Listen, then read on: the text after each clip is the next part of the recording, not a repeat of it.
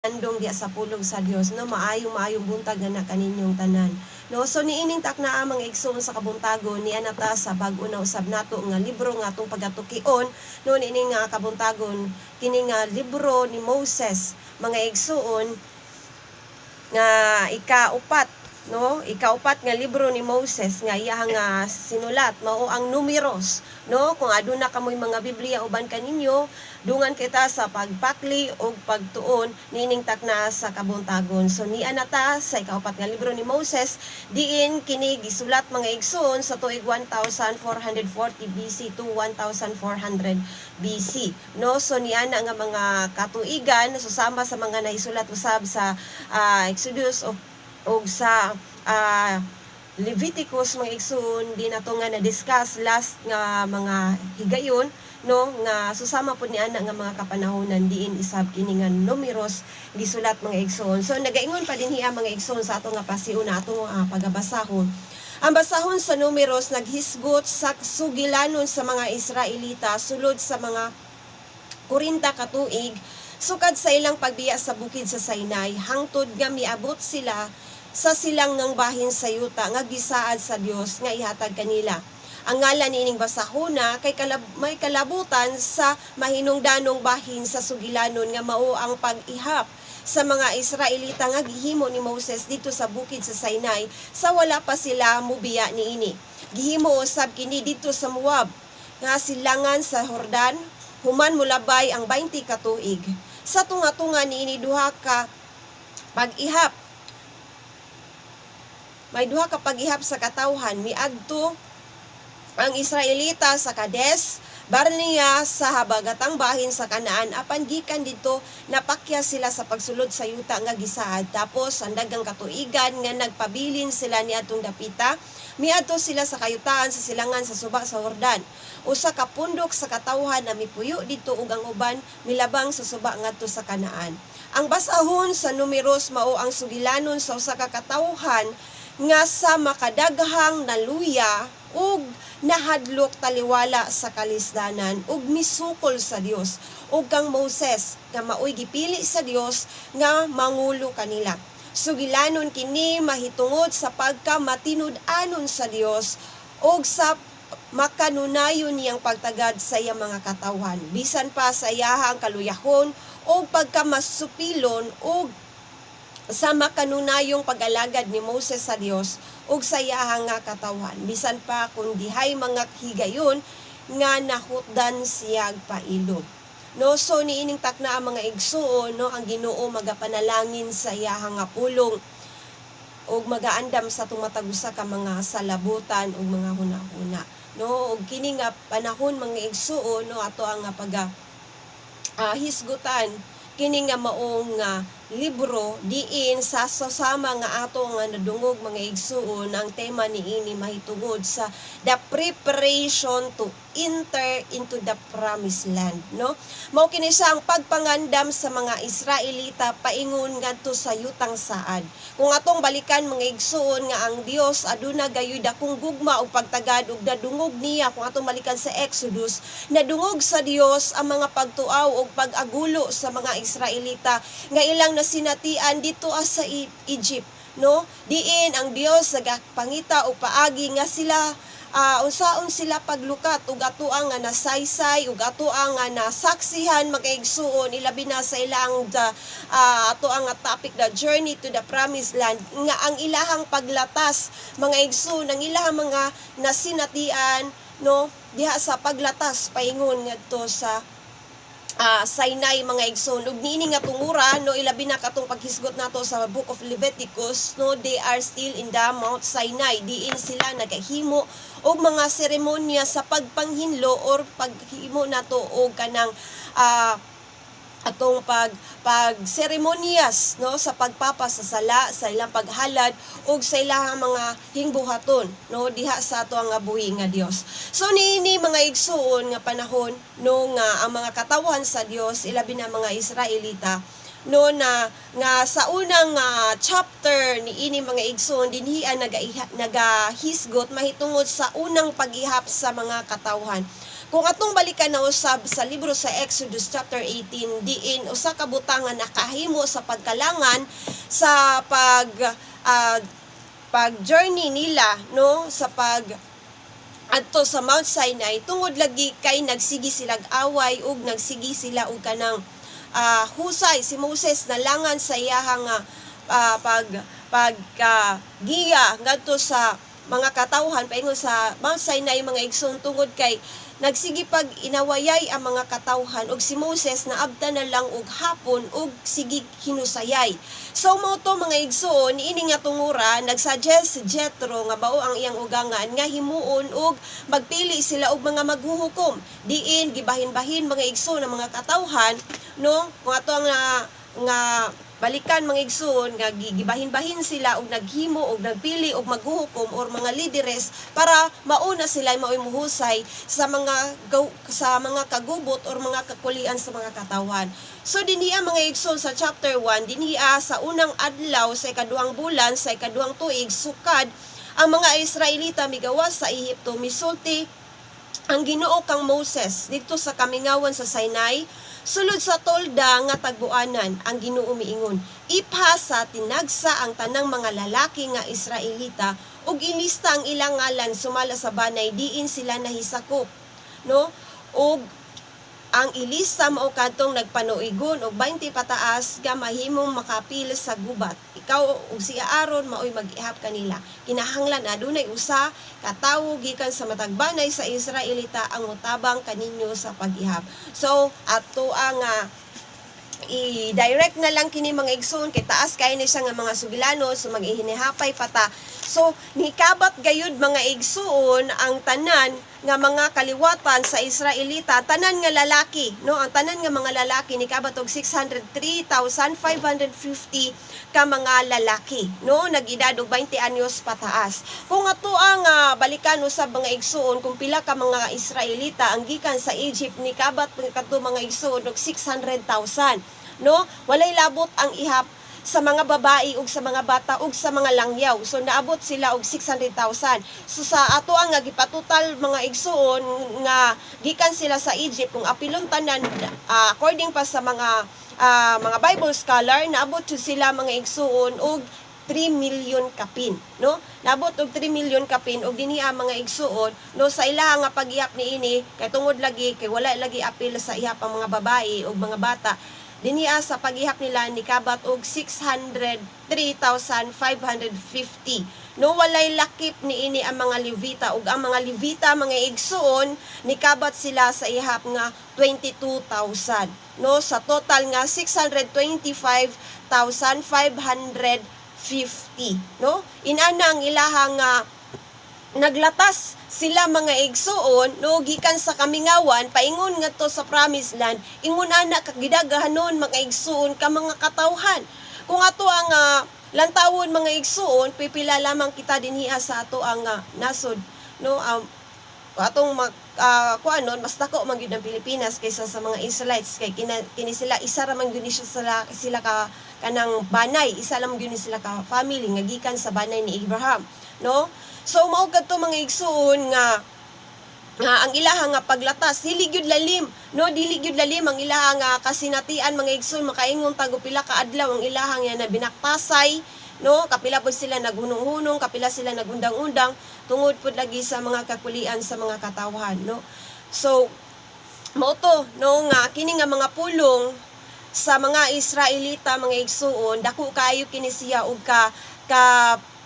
alang kanato, no, as sa diha nga kita mga igsuon nagatuki dinhi nga maong pulong nga kini nga libro, no,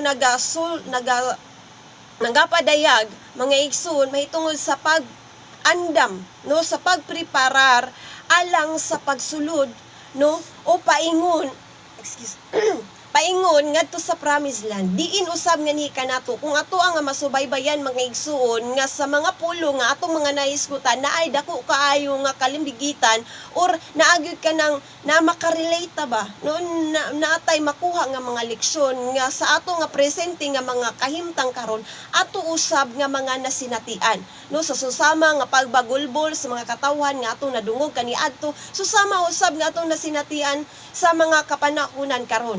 O karon nga pangapanahon mga igsoon no kita nga mga katawhan sa Dios no buot sa Dios nga kita mahimo nga andam nga na sa pagsulod sa gingarian sa Dios nganong nangalagad man ta nganong musimba man ta nganong nagapaningkamot man ta sa pagpaminaw sa pulong sa Dios tungod kay gusto kita or buot kita nga musulod sa iyahang nga gingarian nga mao ang iyahang nga gipromise or mao ang giyang gisaad ganhi kanato. No, kung ang mga Israelites is naa sila Canaan mga igsoon which is their promised land, kita usab nga mga katawhan sa Dios adunay langit nga giandam sa Dios which is the promised land of God alang sa matag usa kanato. And then God called us mga igsoon, gitawag kita mga igsoon dili aron nga malaglag kun dili kitang tanan no walay gisayloan ug walay gipili ang Dios. No, kung kaniadto adunay piniling katawhan sa Dios mga igsoon no nga sila maoy himo nga gitawag sila aron mahimo nga ehemplo no ngano nga naay pangutana mga igsoon ngano nga naada ipinalabi ang Dios ngano man nga kung atong taon puro man Israelites no sa unang mga panahon tungod lagi sa Abrahamic covenant nga ang iyahang higala nga si Abraham mga igsoon usa ka tawo nga matinud-anon ug matinuohon sa Ginoo. So kung kita di ay mga igsoon kung kita matinuohon sa Ginoo mga igsoon in Galatians chapter 3 in Galatians chapter 3 verse 7 to 9 mga igsoon dinhiya nagaingon nga kung kita no busa angay kamong masayod nga ang tawo nga may pagtuo mao ang matuod nga kaliwat ni Abraham. Ang kasulatan daan ang nagingon nga ang Dios mag-isip sa mga dili Hudyo nga matarong pinaagi sa pagtuo. Busa ang kasulatan nagwali ng daan sa maayong balita ngadto kang Abraham nga pinaagi kanimo ang Dios manalangin sa tanang katawhan sa kalibutan. Mituo si Abraham ug gipanalanginan siya busa ang tanan nga mutuo panalanginan usab. So we are so blessed mga igsoon diin kita nahimo nga kabahin usab sa banay ni Abraham.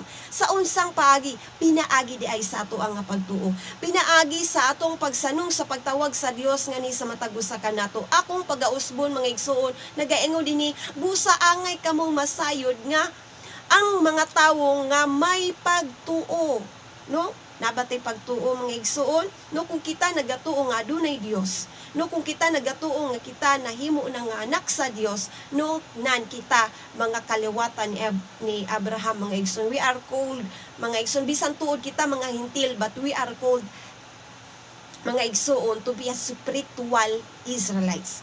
No kita ang tinuod nga mga kabanay ni Abraham. Kita ang tinuod nga mga kaanakan ni Abraham mga igsoon. And then this time mga igsoon, let us broaden our mind because God called the leaders, no? Kung atong lantawon mga igsoon, ang Dios nagapili or ang Dios naga-instruct mga igsoon kang Moses o kang Aaron sa pagpili sa mga lideres, no? Sa pagpili sa mga kaanakan, no, nga kabanay ni Abraham para mahimo nga leader sa mga kanang katawhan. Kung atong lantawon pila ka kalibo no nakabot sila 625,000 mga igsuon kapin ug pila ka mga katawhan nga dumalahon ni Moses dili jud na niya makaya mga igsuon mao na nga adunay gipadala or gipapili ang Dios nga mga leaders. Mao usab nga ni kanato God called leaders no susama sa ato nga paghisgot mga igsuon that God chooses the Levites aron nga mahimo nga sila kabahin sa Dios no iya sila sa Dios ug karon na usab mga igsuon ang Dios nagatawag alang sa mga lideres kung dinhiya giihap or giisa-isa mga igsuon nga mahimo nga kabanay or mahimo nga lideres sa ilaha mga kabanay kung atong lantawon dinhiya sa verse 5 sa Numbers chapter 1 verse 5 to 16 dinhiya giisa-isa gyud mga igsuon ang mga kabanay no nga sa banay ni Ruben si Elizur nga anak ni Sidur sa banay ni Zimon and so forth no nagapili ang Dios og mga lideres nga ni usab nga ni kanato mga igsuon No, you are so blessed if God called you to be a leader. No, God called you to be a leader. Mahimo ka nga maoy mangulo nganha sa imuhang kabanay ug bisan pa man nganha sa imuhang nga dapit. Tungod kay ang Dios mga igsuon, kung kita nagatuo masigi tag-ingon, we are now in the last days na nagyud ta sa katapusan nga mga adlaw, and then now is the time to prepare the people of God, and God called you to lead them. Amen. Ang Dios nagapangita og mga lideres aron sa pag-andam sa iyang mga katawhan para pagsulod sa iyahang ginharian. And God called you. And God called the pastors. God called the leaders to lead the people, mga igsuon, paingon sa promised land. Then in Matthew chapter 10 verse 6, mga igsuon, diin mao ang instruction sa Ginoo sa iyaha mga disciple, mga igsuon, to look for the lost. No? In Matthew chapter 10 verse 6, nga adtua hinuon ninyo ang nangawala nga mga karnero sa nasod sa Israel. No? Lakaw kamo og isang yaw nga nagsugod na paghari ang Dios. Ayuhan ninyo ang mga masakiton, banawa ang mga patay, hinlui ang mga sanglahon ug hinginli ang mga yawa. Nakadawat kamo sa walay bayad busa, panghatag kamo nga walay pagpangayog bayad. So niini nga mga kapanahunan dili lang kay ang mga disciples ang gisugo ni ini sa Dios, kundi kita nga mga gitawag sa Ginoo nga nahimo nga sumusunod ni Ginoong Hesukristo, nahimo nga mga disipulo ni Ginoong Hesukristo, kita na karon ang gitawag mga igsuon, kita gitawag nga leader, no? So sama sa ato ang nabasa mga igsuon nga gipili kita sa Dios aron nga mahimo nga leader. Taliwala sa kabagang katawhan sa kalibutan, gitawag ka. Ina imong kaugalingon, gitawag day ko para mahimo nga leader. No? So you are so blessed today nga nagapaminaw ikaw mga igsoon tungod kay nasayod, no?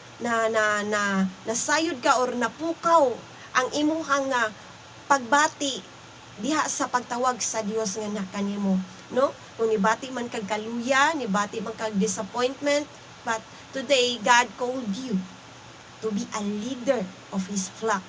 And God have a task na ay buot ipabuhat sa Ginoo sa imuha igsuon nga pangitaon or adtuan ninyo ang nangawalang karnero sa Dios. Diri mga igsuon sa ato ang pagpamalandong ang Dios buot jud siya nga muluwas. Sige tag-ingon, hapit na jud ang rapture, hapit na gyud. No, last day sa gyud ta karon. So dili pa mo abot mga igsuon ang kanang atong gipangandoy kung dili pa mahimong andam ang iyahang mga katawhan. Unsay giingon ngadto sa Matthew chapter 24 mga igsuon, kung dili pa mahimo nga masangyawan, no? Kung kining maayong balita, Matthew chapter 24 verse 14, nga kining maayong balita mahitungod sa paghari sa Dios, iwali ngadto sa tibuok kalibutan aron masayod niini ang tanang tawo ug unya moabot ang katapusan. So klaro kaayo kung kita nagsigingon nga hintag abot ng Ginoo, tag mauna ni ang mahitabo, nagsige taog kanang proclaim. Pero ang kamatuoran mga igsuon, we need to work for it. Nagkinahanglan ang Dios kanimo igsuon. You are called to be a leader and God needs you. Kung ang Dios anaa sa langit mga igsuon, dili na siya mubaba pa diri sa yuta, no? Tungod kini anhi naman si Jesus, og si Jesus maunay nangunay sa pagtudlo sa iya mga disipulo og gibinlan ta niya mga igsuon sa iyahang last will and testament nga mao kadto pangitaan ninyo ang mga nangawala. Then God called you to find the lost. Look for the lost. Pangitaon nato mga igsoon. And then God called you diha sa imong gikahimutangan karon mga igsoon, no? Ang Dios nagtawag kaninyo, and then pangitaa kung asa nga dapit ka or asa nga dapit ang imong assigned area. No, kung nasayod na ka, kung asa dapit ang imong assignment, assign area, or asa dapit ang imuhang mga kabanay, diin ikaw gipahiluna sa Dios ang imuhang mga kasakupa, tawag ka aron sa pagpangita sa mga nangawala. In Matthew chapter 18 verse 11,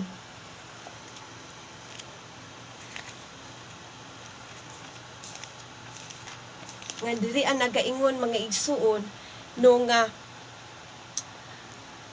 kung atong lantawon din nga sa Matthew chapter 11 wala gibutang ang 11 no, sige jud ko wonder naa sa ubos no, nasa ubos nga gi-coach siya no nga kay mianhi ang anak sa tawo aron sa pagluwas sa mga nangawala. So the reason nganong mianhi si Jesus dinhi sa kalibutan aron sa pagluwas sa mga nangawala. So dili ta mo judge sa mga katawan ay mga makasasala mga sila like Jonas ba. Dili ko Lord, dili ko moto sa Nineveh kay mga makasasala ka ng mga tao diha. No, we cannot judge them because sila ang hinungdan sa or kita no apil man ta nga gipakamatyan ni Ginoong Hesus kay pati man kita mga gahi ang tag-ulo no mga katawhan sa Dios nga kaniadto na himo nga nahalayo kaniya apan karon we are so blessed tungod kay nakakaplag ta sa kamatuoran ug nisan ta no ug ang mga katawhan sa tong palibot tungod kay wala pod lagi pa sila nahimo nga nasayod or kung nasayod sila mga igsoon wala pa pod sa panahon nga naablihan ang ilang hunahuna una nga ang Dios nagapangita og mga katawhan nga iyang paggagamiton aron sa pagsulti ngadto kanila nga mahimo nga mangandam ay hapit na ang pagbalik sa Dios no